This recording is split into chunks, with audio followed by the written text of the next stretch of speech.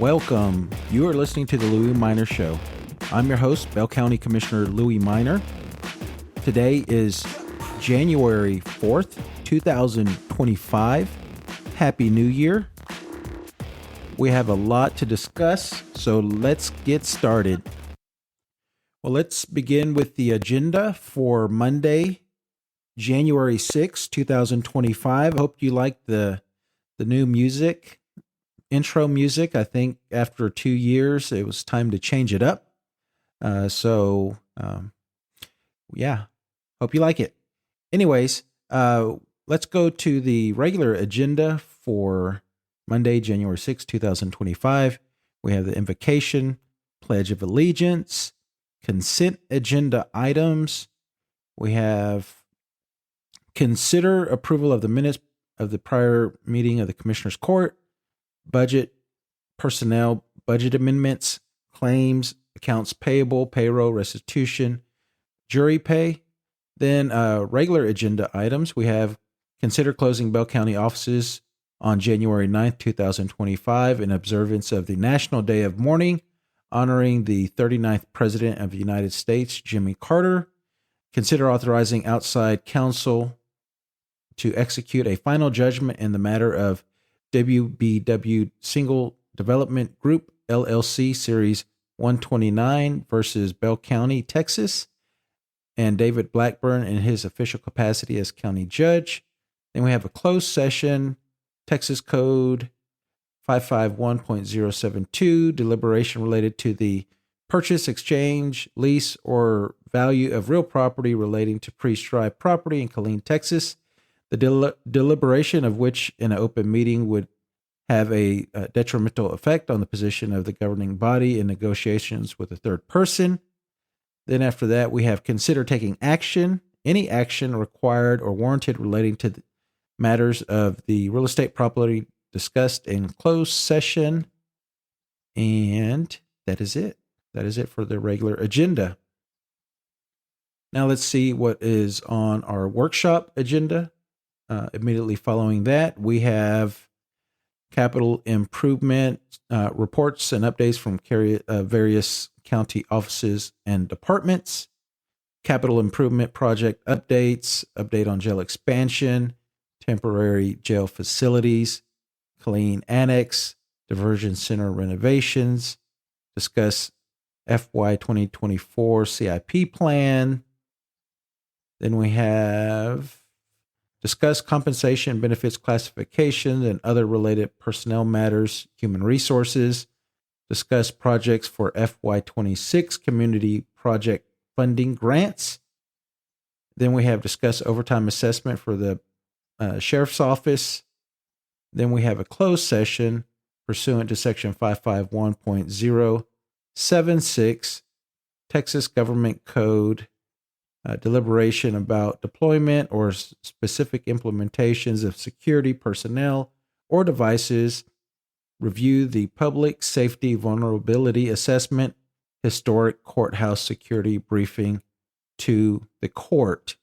And that is everything. Let's see if we got any. Oh, we do have something in the afternoon at 1:30. Closed session pursuant to section 551.074 Texas Government Code to discuss and deliberate about officers and employees of the governmental body relating to the appointment, employment, evaluation, reassignment, duties, discipline, or dismissal of a public officer, to wit, county engineer. And that is it. And I don't see any meetings or announcements on that. So that's what we got on Monday, the 6th. You can go down to the courthouse and attend the meeting, or you could stream online at the Bell County website live while it's happening, or at a time of your convenience, because they are online after it's recorded. They're put online in perpetuity so you can see what we're doing. So let's talk about an emergency service district. Remember, I in our last episode with Turnbow Ranch, kind of went into it, but I did an interview with the paper, Killeen Daily Herald, and went out to Turnbow Ranch, talked to homeowner out there. They had a couple of questions about, I guess, the buying process. They were not fully informed. I'm sure they were given the information, but they said they were not fully informed or aware or explained exactly what they're getting into. At least the homeowner, he said he was a first time home buyer. But anyways, kind of told him that he's living in a municipal utility district and explained what that is to him, explained that he had to have signed a disclosure, and then the paper, they recorded all this, so I hope that they're going to put it online, and if they do, I'll bring that up so y'all can listen to it. But anyways, I explained to him the paper had said something about being a disadvantage, or almost like a negative connotation to living out in Turnbow Ranch, and I corrected the paper. I said that's not true. It's not a negative. I mean, this area is not in the city limits, so you cannot expect to have city services out there. And even though it's a clean address, and if you walk out there, even the manhole covers say City of Killeen, because it's their water and sewer that are serviced, that go out there, but nothing else. So, he was saying that it was a negative thing, that you have to wait all this time, and I said, no, you have these services. The county is providing law enforcement through the way of the Bell County Sheriff's Office and fire response, EMS response from Southwest Bell Volunteer Fire Department. And then ambulance service, will have to come through either Salado ESD or the AMR in Nolanville, which they're not ideal. They're pretty far away. So I explained to the homeowner if he would be in support of an ESD, an emergency service district, and he said yes, he would. And I told him it would be a taxing entity, but you should get faster response times. And he seemed like he was okay with that. So, we have to look to the Texas Health and Safety Code, Chapter 775, Emergency Service District. And, we'll go through a little bit, not the whole legislation, but subchapter B, creation of the district. Before a district located wholly in one county may be created, the county judge of that county must receive a petition signed by at least 100 qualified voters who own taxable real property in the proposed district. If there are fewer than 100 of those, the petition must be signed by a majority of the voters. The name of the district proposed by the petition must be Bell County Emergency Service District number. This would be 2 because we already have 1, with the name of the county and the proper consecutive number inserted. And that's it. So what will that do once we get that petition? It explains what you need in the petition. Let's see, in section 775.013, the petition prescribed must show that the district is to be created and is to operate under Article 3, Section 48-E of the Texas Constitution and Chapter 775. The name of the proposed district's boundaries as designated by metes and bounds or other sufficient legal description. The services that the proposed district will provide, that the creation of the proposed district complies with Section 775.020 and 775.0205, the mailing address of each petitioner, and the name of each municipality whose consent must be obtained under Section 775.014. A statement that the boundaries of the district are coextensive with the boundaries of another political subdivision and that those boundaries exist on a particular date is a legal sufficient description for the purpose of subsection A3. The petition must contain an agreement signed by at least two petitioners that obligate them to pay not more than $150 of the costs incident for the formation of the district, including the cost of publishing notices, elections, and other necessary and incidental expenses.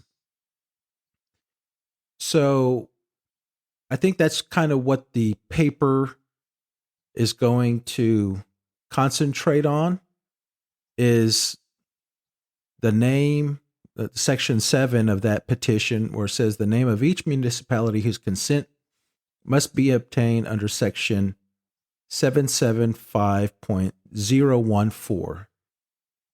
So let's go down to that section. And remember, the city of Killeen, they put out this press release saying they're not doing anything for Turnbow Ranch. They have two signs out there that say city is, and they're big signs, city is not responsible for any fire, EMS, ambulance, law enforcement services in Turnbow Ranch. Big, gigantic signs. So, anyways, back to Section 77.5014, creation of district that includes municipal territory. A, before a district may be created that contains territory in a municipality's limits or extraterritorial jurisdiction in the state of Texas, we have what's called ETJ, extraterritorial jurisdiction, and it's based off of the size of the city. The size of Killeen, 150, 160,000, somewhere in there. They get the max ETJ, which is 5 miles outside the city limits. And usually what that does is for development, because, the city's supposed to grow. They can annex. They used to. They can't anymore. They used to be able to annex. And that's why they had this ETJ, because, the city needs to have a little bit of say-so in the intended annexation growth of the city. And since the cities cannot annex anymore like they used to, I think this is, ETJ probably should go away. But anyways, it's still on the books right now. So the city, for any large development or anything like that, they have some say-so on the development, what it looks like, the codes that they follow. But we have to have agreements. The developer has to have agreements with the county and with the city, and it's just messy. But anyways, Turnbow Ranch has a development agreement with City of Killeen from 2013 whenever they were created. The county isn't even a signer on that agreement. And so, anyways, this is in the ETJ. Now, if a city or a property subdivision that's out in the ETJ, they can voluntarily annex, and that's how cities will grow now moving forward, voluntarily annex, or they can say no. They can actually de-annex themselves from the ETJ, and that's a new law that was just passed this last legislative session. So now you'll have property owners that will de-annex themselves from the ETJ, and the cities really can't do anything about it. I think it's already happened twice in the city of Killeen. But anyways, back to this code. Before a district may be created that contains territory in a municipality's limits or extraterritorial jurisdiction, a written request to be included in the district must be presented to the municipality's governing body after the petition is filed under Section 775.015, except as provided by subsection C. The territory may not be included in the district unless the municipality's governing body gives its written consent on or before the 60th day of the date of which the municipality receives the request. Okay, so you got it. The city of Killeen is going to have to give their written consent that they're going to allow an ETJ to be established, or an ESD, Emergency Service District, to be established, and that the ETJ, the city's ETJ, can be included in that. We need their consent. Okay, that's A.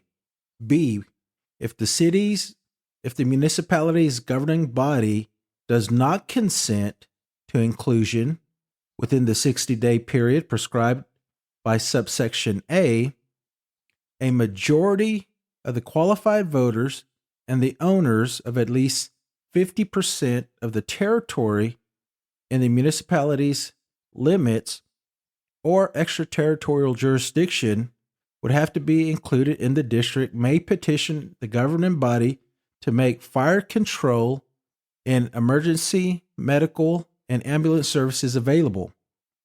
The petition must be signed or must be submitted to the governing body no later than the 90th day after the date on which the municipality receives the request. And then this is the C portion from earlier. C, if the municipality's governing body refuses or fails to act on the petition requesting fire protection and emergency medical service ambulances within 6 months after the date on which the petition was submitted under subsection B is received, the governing body's refusal or failure to act constitutes consent for the territory that is subject to the petition to be included in the proposed district. So what does that say? Did you follow that? So that's saying that if the municipality, Killeen, if they say, no, we're not going to release this to the ESD, and no, we're not going to provide the ETJ with fire control and emergency medical and ambulance service, then they would have to, they would fall in the ESD, the Emergency Service District. That's my interpretation of it. I'm not an attorney. but I can read plain language, and that's what it's telling me. Um, let's see what else it says. If the proposed district will include territory designated by the municipality, industrial district, no, that doesn't apply. If the municipality's governing body consents to the inclusion of territory within its limits or extraterritorial jurisdiction or an industrial district, the territory may be included in the district in the same manner as other territory is included under this chapter. A governing body's consent to include territory in the district and to initiate proceedings to create a district as prescribed by this chapter expires 6 months after the date which the consent is given. This section does not apply if the proposed district contains territory in the unincorporated areas in the county with a population of 3.3 million or more. So that's how it is going to be created. Got to sign the petition. Got to get 100 people to sign it. And then the city is going to have to either provide services in the ETJ or not. They already said they're not. So it sounds like it'll be part of the ETJ or the ESD, Emergency Service District. Now, Southwest Bell Fire Department, volunteer fire department, I think they're probably the best volunteer fire department in the county. Staffed well, training. I think even financially, they're probably the best financially stable volunteer fire department. But even with all that, they're limited because they get their funding from the county, who's limited, and then they do donations, and that's going to be limited as well. So you need that dedicated funding source. You can do sales tax, property tax, combination of all that. I would recommend the property tax because that's more stable. But as our county is growing and becoming more urban, these are things that we're going to have to deal with. These are things that we're going to have to figure out how to get these services that people are going to expect and how to pay for them. Every entity, every governing body, we're limited on how much we could go up on property taxes. I believe it's 3.5% over the previous year. So that's already capped. You can go over that amount, but the only way to do that is what's called the voter approved rate. So you would have to take it to the voters, and if it passes, then you get that higher tax rate. If it doesn't, then you're stuck at the no new revenue rate. And pretty much last year's, you'd be subject to last year's property taxes.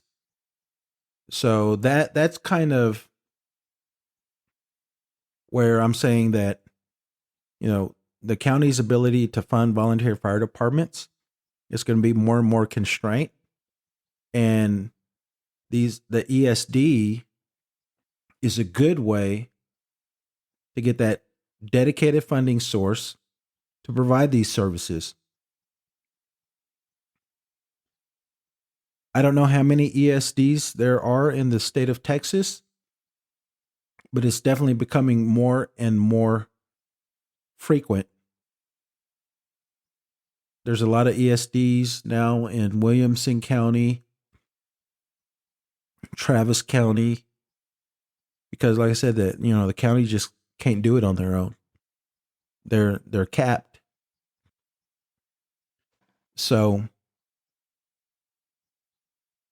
I think there's going to be more ESDs in the county. Troy tried to create an ESD. They got the petition signed. But what they failed to do, and they didn't realize it until it was too late, what they failed to do is they failed to get the city of Temple to release their ETJ. So I could see them by them I mean the Troy Volunteer Fire Department coverage area. I could see them redoing their petition to get it on the ballot again and doing it the right way this time. But yeah, it's going to be interesting to see what the city of Killeen has to say. I talked to some of the council members about it, and they're inquisitive about it. They probably want to read the legislation, and then make an informed decision, which is every right. But I would be curious what would be their reason for not releasing it, given the fact that they already said that they're not going to provide services out there. So that's what we're trying to figure out. I think some people in Southwest Bell area would be interested in this. I don't know if the Southwest Bell Volunteer Fire Department would be supportive or opposed to it. I would imagine, just thinking out loud, they would probably be opposed to it. People do not like change. Change is not something that people like. So this would be a big change for them. But it's, like I said, the county is changing. We're urbanizing. Those homes out there's going to be 3,000 homes out there. And that's a lot of people. And we're not set up right now for that coverage. And those people deserve those amenities. Well, it's not even amenities. It's public safety. They deserve that same level of public safety. So that's something that, I wasn't looking to get into this with the city of Killeen. It's been, since I took office, it was one of the first things that I started talking with the developer about, Southwest Bell Fire about, try to get them to work something out. But now with the city of Killeen, made this big press release last week about it, and all this media that picked up the story and wants to get some answers. Now I have to act. I have to inform people of what I think is the best thing for those citizens out there. Not the best thing for Southwest Bell, but what is the best scenario for citizens out there, given all these constraints that we talked about, the city constraints, the county constraints, the constraints of the volunteer fire department. And what is the best way to move forward for those people that are going to be moving in that area? And the ESD model is the best way. That's why this legislation was passed, to allow that to happen. But like the city bond election, it's all about timing. It would go on the next uniform election day. So those only happen twice, either May or November. And do you want it in a May election or a November election? This November wouldn't be very good because it'll probably be just constitutional amendments. There won't be a lot of voter participation. And I think for something like this, you want voter participation, the most voter participation. So the most voter participation that we will have probably in the Southwest Bell area will be November of 2026. So that's, if I had anything to do with the petition and how it will work, then I would recommend to people that it gets on the November 2026 ballot.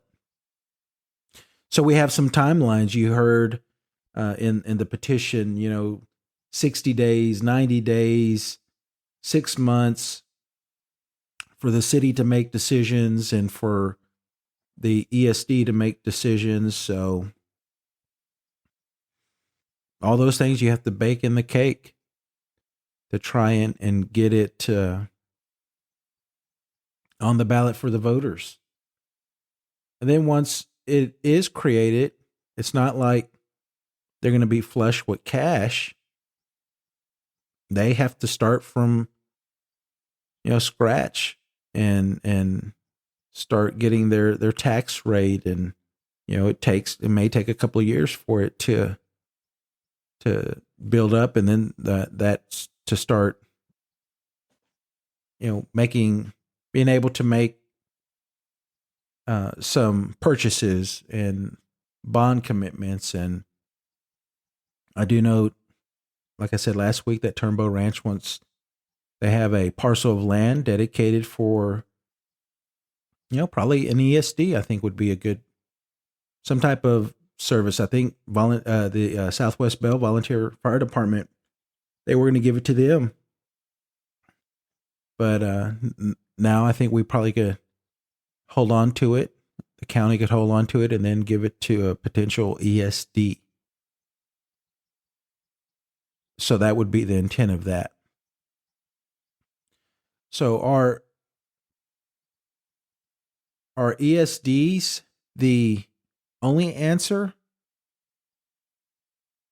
In this situation, I think it's the best answer. I'm not going to say it's the only answer, but I don't see any other way of doing it. I do know that the city made an offer to provide these services to Turnbow Ranch. I forgot how much it was going to cost per year. But they said it didn't seem feasible. And so this is the route that we're going. But, the citizens in Turnbow Ranch, if that is the case, they're going to be paying county taxes, Killeen ISD taxes, Clearwater Underground Conservation District taxes, a mud tax, and then possibly an ESD tax. So there would be 2 additional taxes out there for living in that area. So it has to be a nice area. It has to be reasons why people want to live there and pay those extra things. I know in Williamson County, they have a lot of, in the Liberty Hill area, A lot of muds out there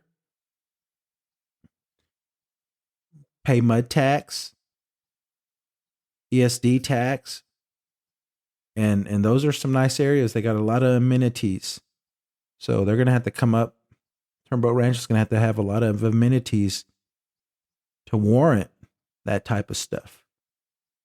Those extra charges that people are gonna have to pay.